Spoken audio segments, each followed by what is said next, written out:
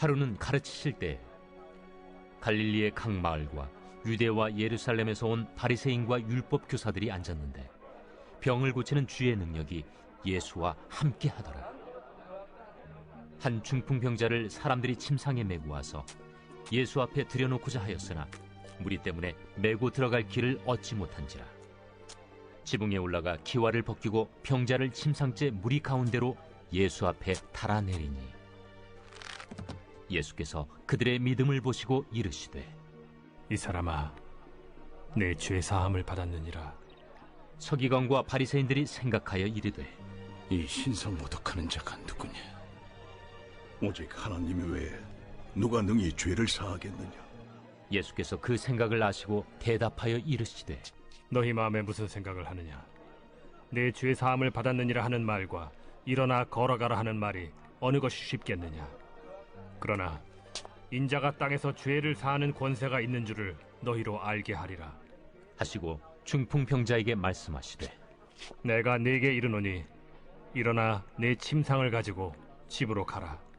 그 사람이 그들 앞에서 곧 일어나 그 누웠던 것을 가지고 하나님께 영광을 돌리며 자기 집으로 돌아가니 모든 사람이 놀라 하나님께 영광을 돌리며 심히 두려워하여 이르되 오늘 우리가 놀라운 일을 보았다. 그 후에 예수께서 나가사 네유라 하는 세리가 세관에 앉아있는 것을 보시고 나를 따르라. 그가 모든 것을 버리고 일어나 따르니라. 레위가 예수를 위하여 자기 집에서 큰 잔치를 하니 세리와 다른 사람이 많이 함께 앉아있는지라. 바리새인과 그들의 서기관들이 그 제자들을 비방하여 이르되 너희가 어찌하여 세리와 죄인과 함께 먹고 마시느냐? 예수께서 대답하여 건강한 자에게는 의사가 쓸데없고 병든 자에게라야 쓸데있나니 내가 의인을 부르러 온 것이 아니요 죄인을 불러 회개시키러 왔노라.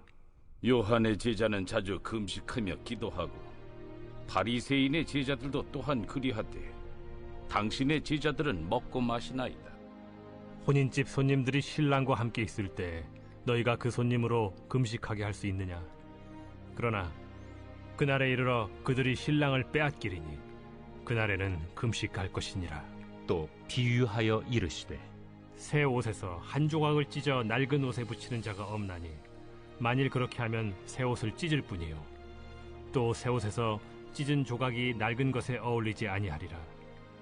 새 포도주를 낡은 가죽 부대에 넣는 자가 없나니 만일 그렇게 하면 새 포도주가 부대를 터뜨려 포도주가 쏟아지고 부대도 못 쓰게 되리라. 새 포도주는 새 부대에 넣어야 할 것이니라. 묵은 포도주를 마시고 새 것을 원하는 자가 없나니 이는 묵은 것이 좋다 함이니라.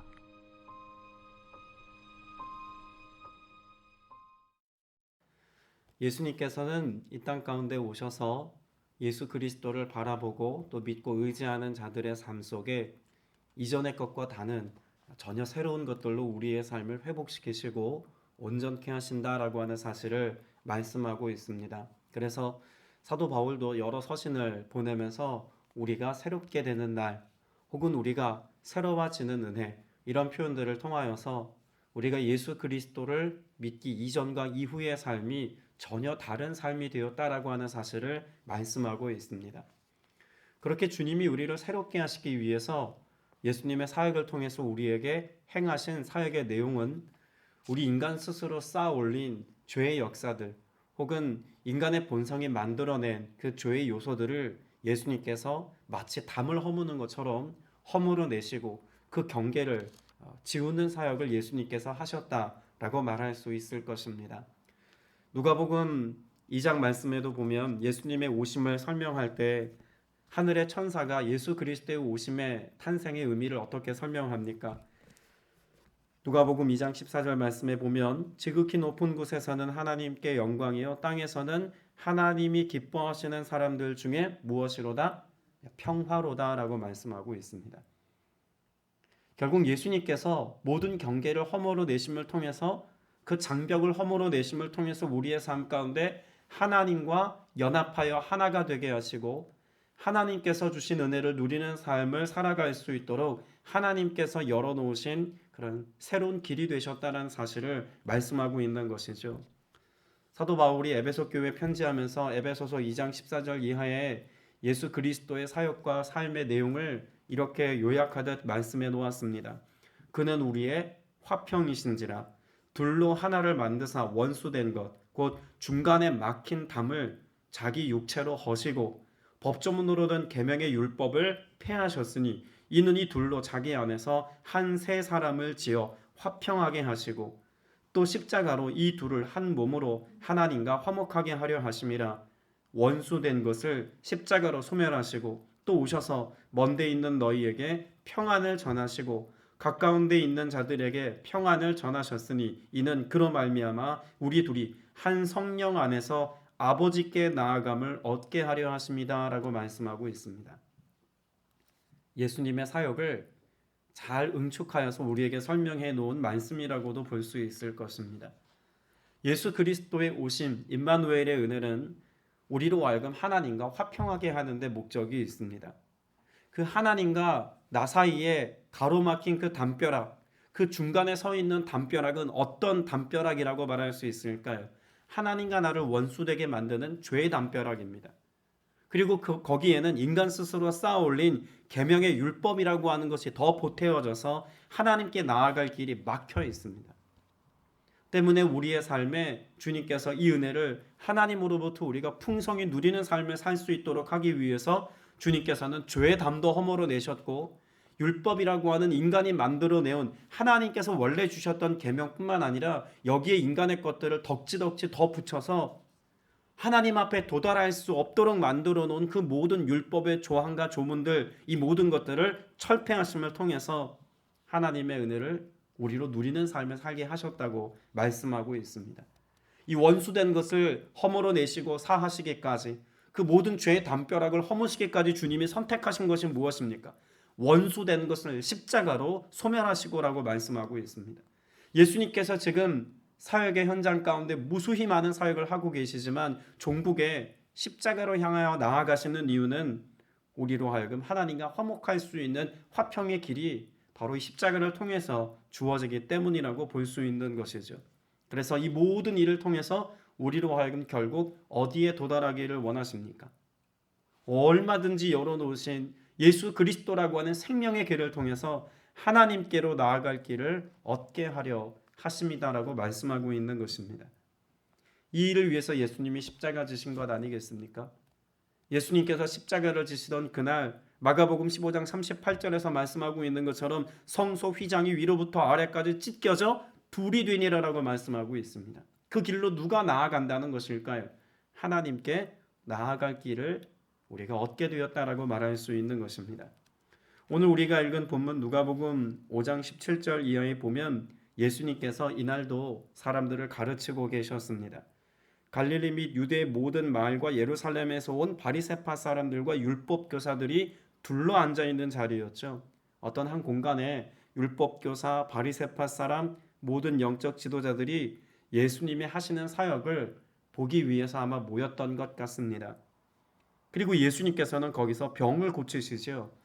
이 사역이 알려지기 시작하면서 사람들은 예수님을 만나기 위해서 나아옵니다.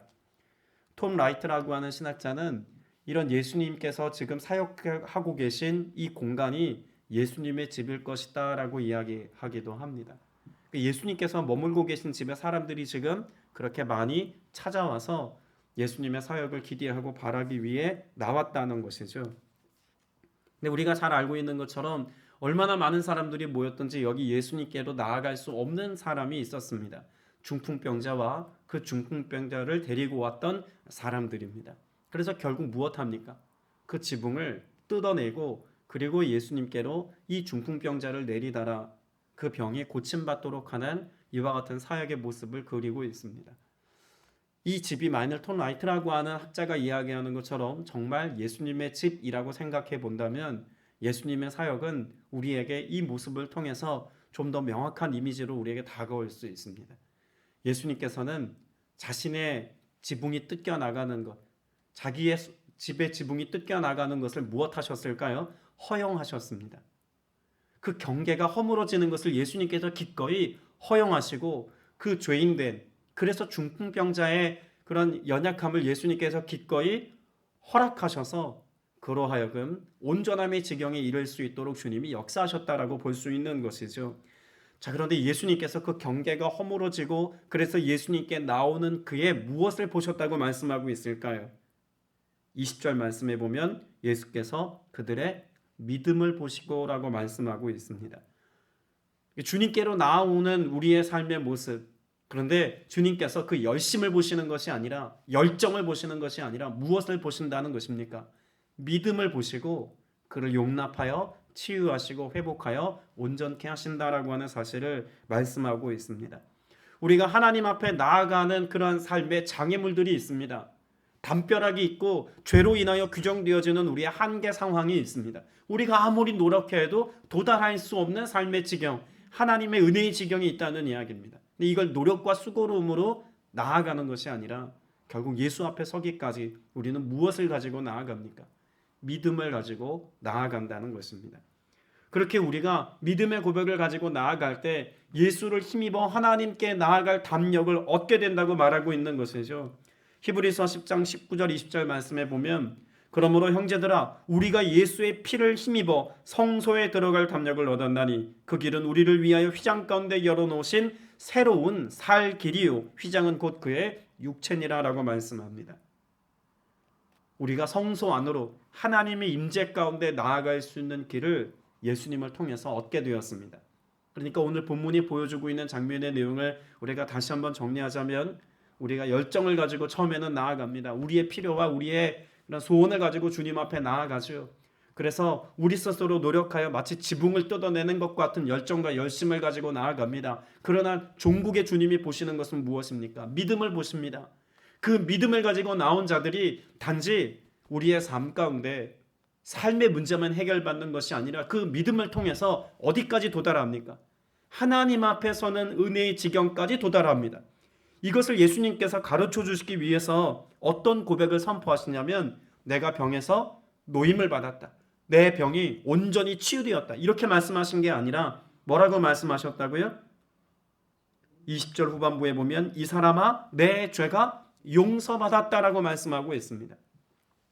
유대인들의 사고 가운데 누가복음 5장 전반부에 나오는 나병 환자나 오늘 본문에 등장하는 중풍병자나 또 여인들의 유출병이나 이런 여러 가지 질병들이 걸리는 이유 중에 하나는 그들이 범죄한 죄 때문이다라고 하는 인식이 있었습니다. 때문에 예수님께서 지금 말씀하시는 내용은 단지 이로 하여금 그 질병의 상태에서부터 고침받는 것에만 그치는 것이 아니라 육체의 질병의 회복과 더불어 무엇까지 예수님께서는 더불어 말씀하고 계신 걸까요? 많은 사람들 앞에서 이 사람의 죄가 사하여졌다는 것을 예수님께서 직접 공증해 주시는 것이죠.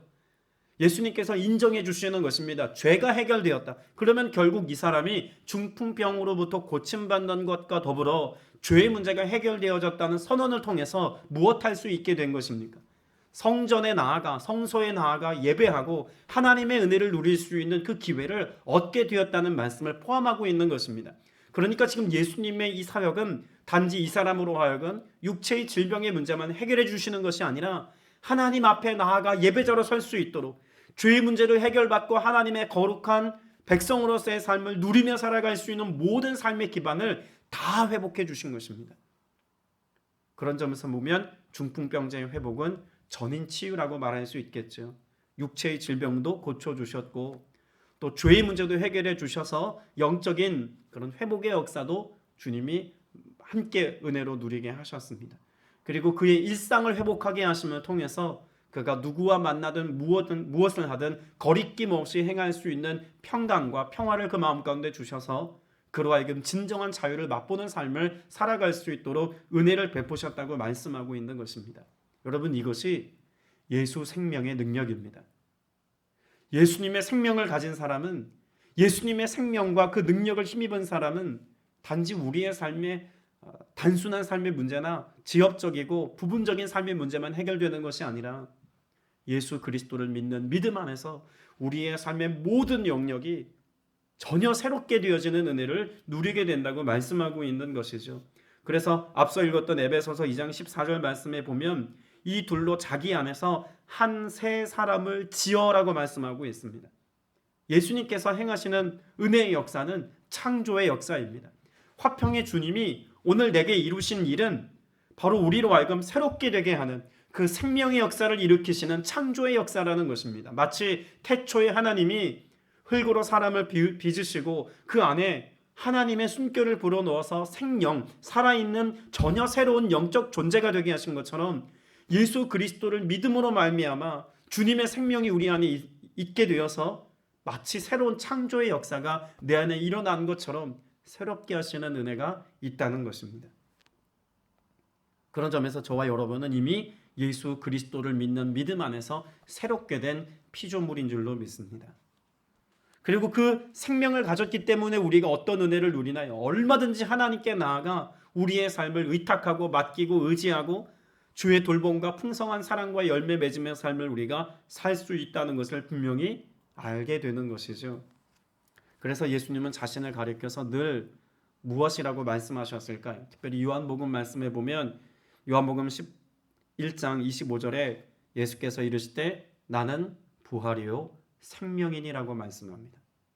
예수님은 자신을 가리켜서 늘 생명이라고 말씀하셨습니다. 우리가 또 잘 아는 요한복음 14장 6절 말씀에서도 내가 곧 길이요 진리요 생명이니 나로 말미암지 않고는 아버지께로 올 자가 없다고 말씀하고 있습니다. 그러니까 예수님의 생명인 것과 하나님께 나아가는 은혜의 길이 열린 것과는 아주 밀접한 연관이 있다는 것이죠. 우리가 예수의 이름으로 예수 그리스도의 보혈의 공로를 의지해서 온전한 믿음의 백성이 되어서 예수 생명을 가질 때 비로소 하나님께 나아갈 수 있는 자격이 부여된다는 것을 가르쳐주고 있는 것입니다. 그러면 오늘 우리가 예수의 생명을 가졌다면 오늘 이 하루 어떻게 살아야 하겠습니까? 하나님 앞에서의 삶을 살아야 합니다. 내 앞에 계신 하나님을 늘 임식하고 염두에 두고 살아야 합니다. 나를 고아처럼 홀로 내버려 둔 것이 아니라 나와 함께 하시고 나와 동행하시고 나를 보호하시며 나를 지키시고 인도하시는 선한 목자 같은 예수 그리스도, 내게 생명 주시고 나의 생명을 보호하시고 인도하시는 바로 그 주님의 은혜를 누리며 살아가는 삶을 우리가 살아야 한다는 것인 줄로 믿습니다. 예수님께서는 때문에 이 사람의 문제를 해결하시면서 단지 육체의 회복이 아니라 죄가 용서받았다는 말씀을 통해서 이 사람과 하나님과의 사이에 있었던 그 죄의 경계를 허물어 내시고 전혀 새로운 삶을 살아갈 수 있도록 은혜를 베푸셨다라고 말씀하고 있는 줄로 믿습니다. 더불어 뒤에 나오는 세리를 부르시는 장면의 말씀도 우리가 눈여겨볼 필요가 있습니다. 예수님께서 행하신 이 모든 일은 이전의 것과 전혀 다른 차원의 생명의 역사다라고 하는 것을 보여주고 있죠. 율법학자들과 지금 많은 바리새파 사람들이 예수님과 함께 있습니다. 이들이 가지고 있는 생명의 역사는 무엇을 통해서 온다고 여겼습니까? 율법입니다. 그런데 애초에 하나님이 주셨던 율법의 조항에 이들이 지금 덕지덕지 붙여놓은 율법의 조항들은 다 무엇을 위한 방편일까요? 인간이 하나님께 나아갈 수 있는 길이라고 여겼던 사람의 것들입니다. 그럼 예수님께서는 경계를 허무실 때 단지 죄의 단만 허무신 것이 아니라 무엇도 함께 허물고 있다는 것을 알 수 있을까요? 인간이 만들어 놓은 인간의 방법으로서 인간의 방편으로서의 모든 가치들을 허물어 내시고 무엇으로 구원의 역사를 이루시겠다고 말씀하고 계신 겁니까? 하나님의 방법, 하나님의 능력, 지금 하나님이 하고자 하시는 바로 그 하나님의 역사를 하나님의 방법으로 이루신다는 것을 말씀하고 있습니다. 거기에는 무엇이 포함되어져 있을까요? 죄인들을 구원하시는 하나님의 구원 계획이 포함되어져 있습니다. 이방인들을 불러 자유케 하시고 하나님의 백성 되게 하는 하나님의 구원 계획이 포함되어져 있습니다. 그럼에도 불구하고 율법학자들과 바리새파 사람들은 무엇을 보지 못하고 있는 걸까요? 율법이라는 스스로 만들어 놓은 한계에 갇혀서 하나님이 허물어 내시고 새롭게 하려고 하시는 하나님의 일을 보지 못하고 있습니다. 이스라엘의 회복을 꿈꾸고 있는 그들, 이스라엘의 회복과 구원은 생각하지만 하나님이 온 땅을 치유하시고 온 땅을 구원하기를 원하시는 하나님의 구원 계획은 못 보고 있다는 이야기죠. 자, 그러면 이것이 오늘을 사는 우리에게 얼만큼 중요할까요? 우리가 하나님의 마음을 가지고 예수 생명 가지고 오늘 하나님 앞에서의 삶을 결단하고 믿음으로 기도할 때에는 단지 우리의 삶의 한계를 나라고 하는 내 시야에 들어오는 사람들과의 관계나 우리의 가정이나 우리의 가족들만 위해서 기도하는 것이 아님을 말씀하고 있습니다. 예수님께서 그 모든 경계를 다 허물어 내셨다면 하나님의 방법으로 온 땅과 온 민족과 온 열방 가운데 하나님의 복음이 선포되어질 것을 믿음의 눈으로 바라보고 이를 위해서 기도하고 이것을 간구하는 삶을 우리가 살아야 하지 않겠습니까? 우리의 믿음의 수준을 스스로 그렇게 폄하하거나 낮추지 않았으면 좋겠습니다. 여전히 주님은 우리를 통해서, 나를 통해서 내 가까운 가족들에게 복음이 선포되어지는 것을 넘어서서, 그 경계를 넘어서서 지역사회, 우리나라의 열방 가운데 그 복음의 능력과 영향력이 흘러가기를 원하고 계십니다. 우리를 그렇게 불러주셨고 우리를 그렇게 사용하기를 원하신다는 사실을 잊지 말아야겠죠. 때문에 예수님이 그러셨던 것처럼 우리의 삶도 어디를 향해 나아가야 할까요? 예수 믿는 사람들끼리만 모이는 공동체로서의 그런 특별한 은혜만을 우리가 바라보고 소망하는 것이 아니라 예수님께서 세리와 죄인들과 함께 식탁의 자리에서 함께 먹으셨고 또 교제하셨던 것처럼 의인들끼리의 모임만이 아닌 죄인들을 향해서, 혹은 복음을 듣지 못해서 생명을 얻지 못한 사람들, 우리의 삶의 절박한 가난과 질병과 고통의 문제 때문에 신음하느라 주님께 나아오는 그런 한계가 스스로 지워진 사람들, 이들을 향해 나아가서 복음을 전하고 생명을 나누고 그리스도의 사랑을 실천하는 삶을 저와 여러분이 살아야 할 줄로 믿습니다. 우리가 경계해야 될 것은 우리끼리만의 삶입니다. 예수 잘 믿는 사람들끼리만 모여서 교제하고 예수 잘 믿는 사람들끼리만 모여서 우리 안에 기쁨과 즐거움을 나누는 것이 아니라 예수님을 알지 못하는 자들과, 연약하여서 슬픔 가운데 탄식하는 자들과, 예수를 알지 못하여서 그 심령과 영혼이 강팍해져서 마음이 딱딱하게 굳어진 사람들, 이들을 향해 나아가서 예수님의 사랑을 드러내고 나타내고 증명하는 것입니다. 무엇으로 우리가 할 수 있을까요? 여러분, 예수님의 십자가는 무엇입니까? 사랑입니다. 여러분, 하나님이신 그분이, 신이신 그분이 인간이라고 하는 삶의 무대로 경계를 뛰어넘어서 오신 겁니다. 그러니까 예수님께서 오심 자체가 이미 경계를 허무신 사역의 시작이었다고 말할 수 있는 것 아니겠습니까? 그런데 우리는 자꾸 무엇하려고 합니까? 우리 스스로 경계를 지으려고 합니다.